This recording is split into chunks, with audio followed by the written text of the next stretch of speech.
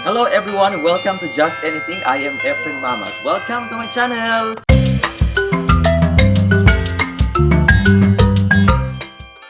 What's interesting sa ating segment ngayon is that ipapakita ko sa inyo kung gaano kaganda ang Divisoria Church because it is now being adorned with beautiful Christmas lanterns, and then yung frontal area ng church napakaganda because of the Christmas lights.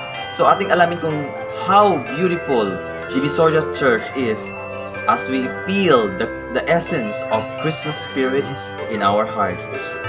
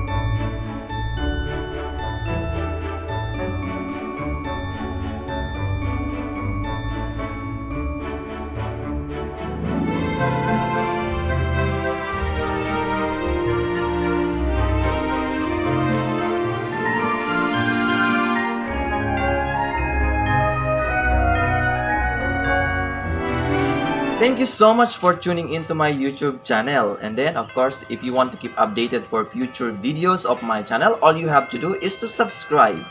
And then, if you like this story, of course, you just click like or even comment and share. So, I am Efren Mamak, your #1 buddy. This is Just Anything, online magazine at your fingertips.